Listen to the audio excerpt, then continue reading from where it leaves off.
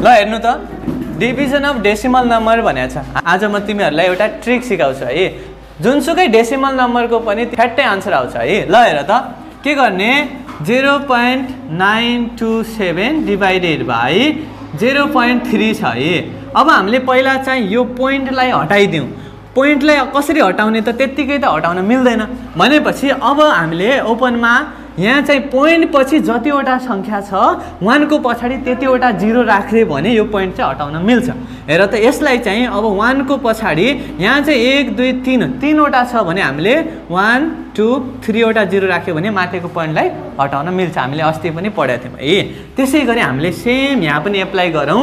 जो पोइन्ट पछि एउटा सङ्ख्या छ भने 1 को पछाडि एउटा 0 थपिदियो भने त्यो पनि हामीले हटाउन मिल्यो। अब यो डिभाइडलाई हामीले इन्टु गर्न सक्छौँ अथवा यो डिभाइडलाई हामीले मल्टिप्लाई बनाउन सक्छौँ। तर यो चाहिँ फ्र्याक्सन के हुन्छ त, उल्टिन्छ।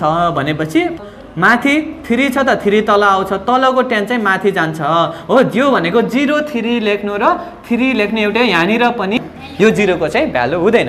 भनेपछि अब हेर त माथिको माथि मल्टिप्लाईको हामीले त पढिसकेका छौँ। फ्र्याक्सनको मल्टिप्लाई डिभाइडेड बाई 1000 इन्टु 3 भयो। यहाँ हेर त 0 ले 0 काट्न मिल्छ। अनि अब 3 ले यसमा चाहिँ डिभाइड गरौँ है। 3 ले 9 to 7 मा डिभाइड गर्दाखेरि 3 3 ज 9 है, केही बचेन।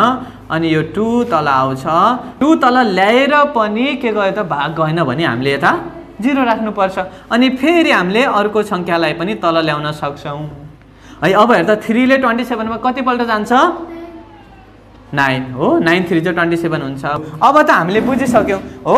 अब हेर त अहिले पोइन्ट चाहिँ यता हो, एउटा 0 ले पोइन्टलाई यता सार्छ, अर्को 0 ले यता सार्छ भनेपछि 3.09 चाहिँ के भयो त आन्सर